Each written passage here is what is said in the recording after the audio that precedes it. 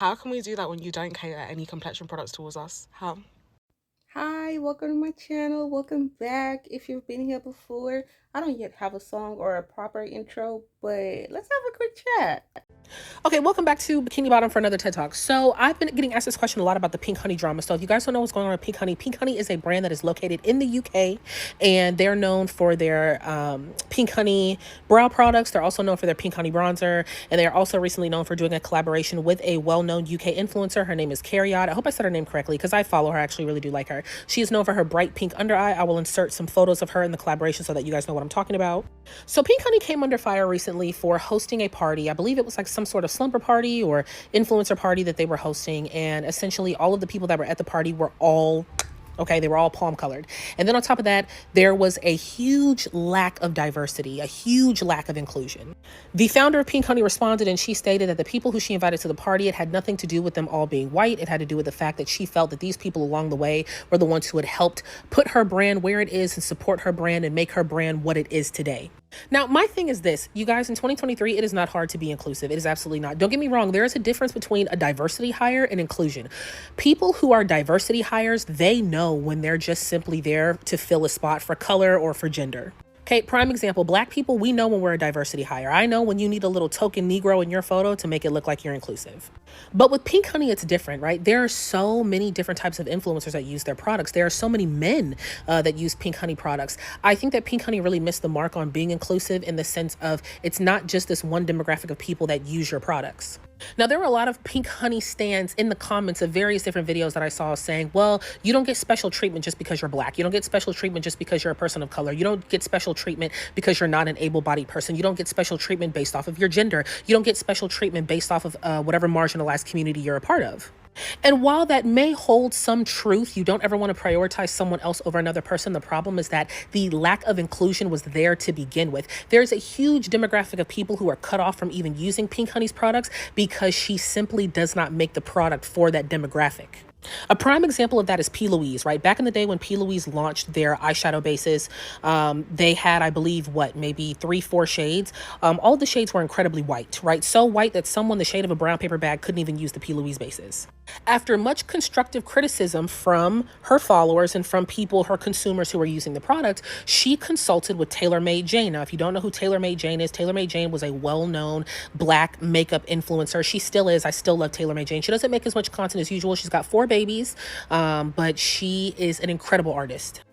P. Louise reached out to her and said, hey, I want to make sure I get this right the first time around. Can we do a collaboration? And she consulted Taylor to help her expand the shades of the P. Louise bases so that her Black customers could have product to use.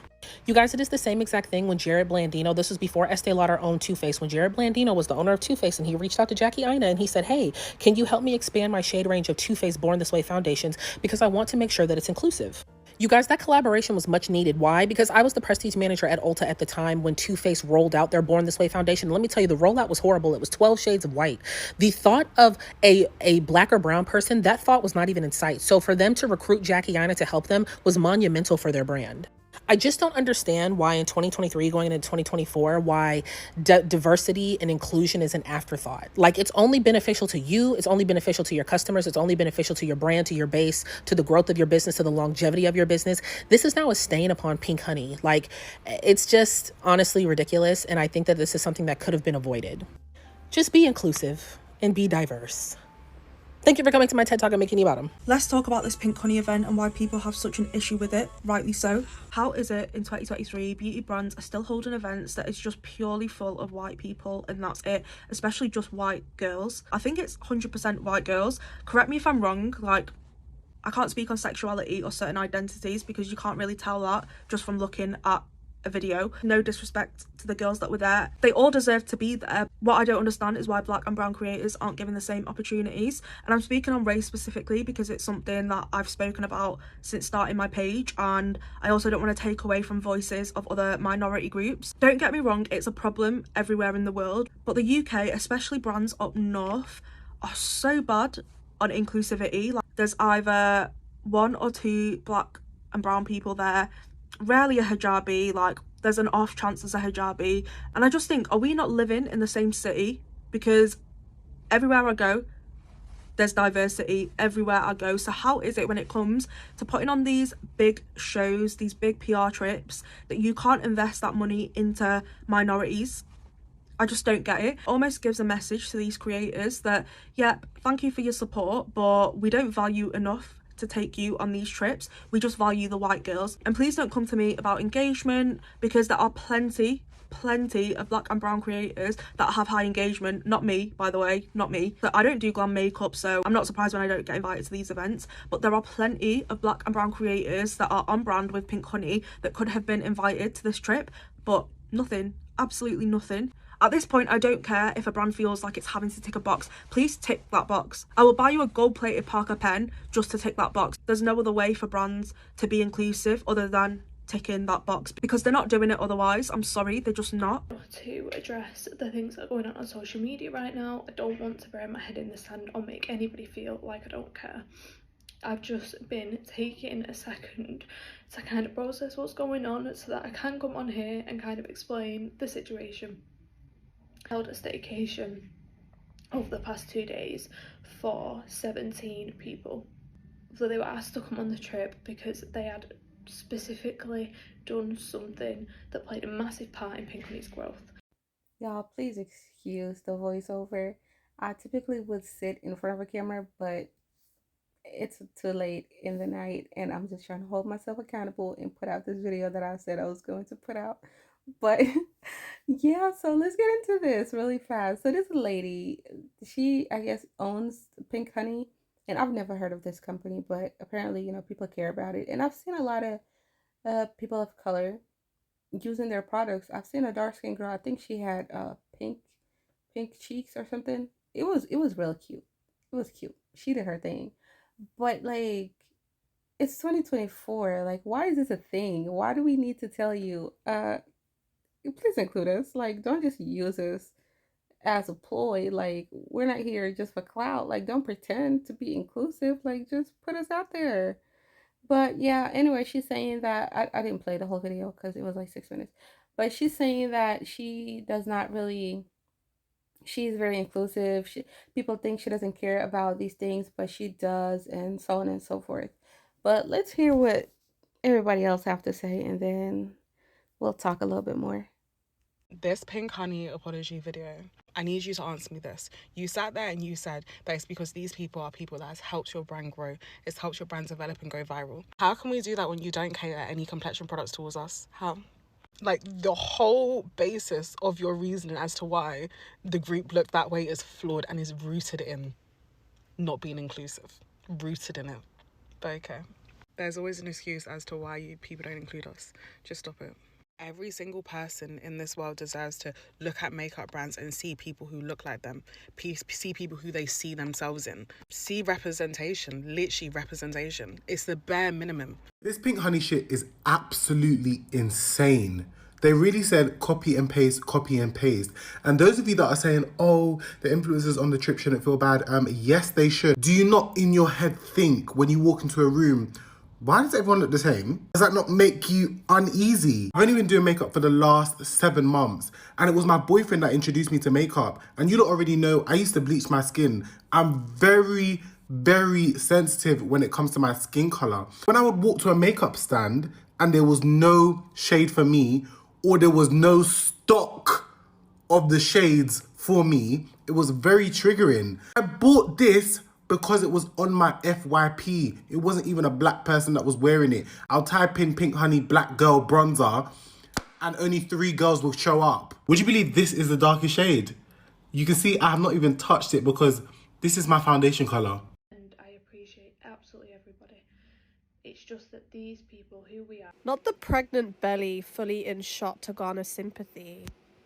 Anyways, as someone who liked Pink Honey and supported their brand and loved their products, this is really disappointing to see, and I just want to put my 2 cents in on this situation because I'm seeing a lot of comments from people saying it's not that deep, why are you making it about race? It absolutely is deep, darling, and the people that are saying that, I'm noticing, are not ethnic minorities, not people of colour, not part of marginalised groups of people that have had to suffer certain issues because of their skin colour or because of their sexuality or disability or any of those things. It's easy for you to say that when you see people that look like you, that are white, blonde, skinny, being represented all over the shop. But if I go to Pink Honey's Instagram and their TikTok page, do I see a person of colour? Do I see a guy wearing makeup?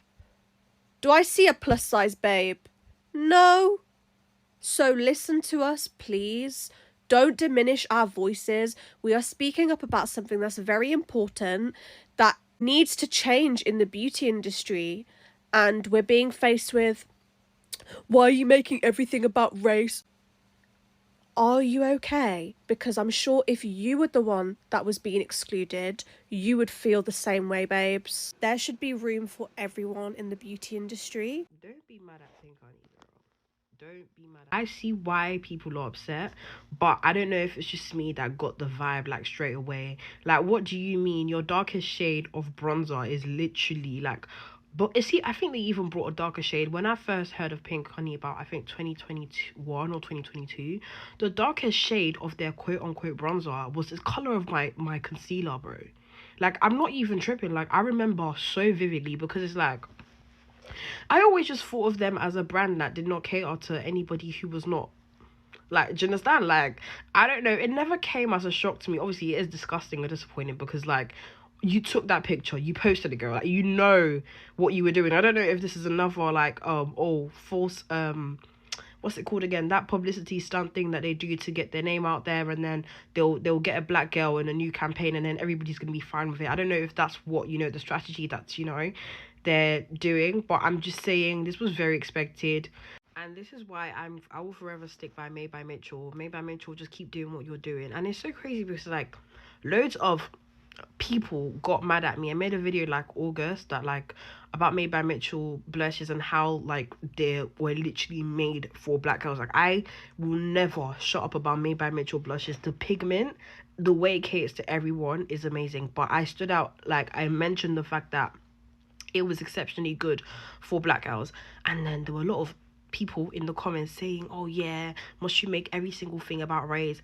I'm like, why don't you want me to make it about race? Like, when you come on bronzer, like, literally, I'm saying, guys, in 2021, I remember people right now, they're two shades that don't match darker people right now. They didn't drop them initially. Like, I can almost swear, like, before they had just 3 shades of their bronzer and it looked like my concealer shade. Like, please correct me if I'm wrong. Like, I know I'm not tripping. It's really, really nothing new. I can't say I'm, oh my god, so surprised, but it's like, I just don't give your money to them kind of brands, babe. Like, always scope out before you spend your money on a brand. That's all I have to say. So as you can see, everybody is pretty upset about it. Black, white, brown, everybody's upset about it. But my thing is, why are we still asking people to see us as people? Like I said, I don't know if I said it, but I'm not in the beauty community. Though I would love to learn how to put on proper eyeshadow. Like, I don't understand, why are we still asking these people to care about us? If they don't if they don't care about us, why are we still giving them our money? Why are we giving them clout? Like, obviously this is just for clout. Like, black rage is a thing. We talk about something, and then the next thing you know, the brand is all over the place. Everybody's talking about them. Everybody sees them. Some people get curious and they want to support. So why are we giving away free clout? If they don't care about us, why do we care about them? Why are we still asking people to care about us? Why are we still asking people to see us as humans? I know I've already said it, but I'm saying it again because, like, yo, why? Honestly, if somebody didn't invite you to a party, why would you want to go? Why? But anyway, thank you so much for being here. I'll see you on the next one.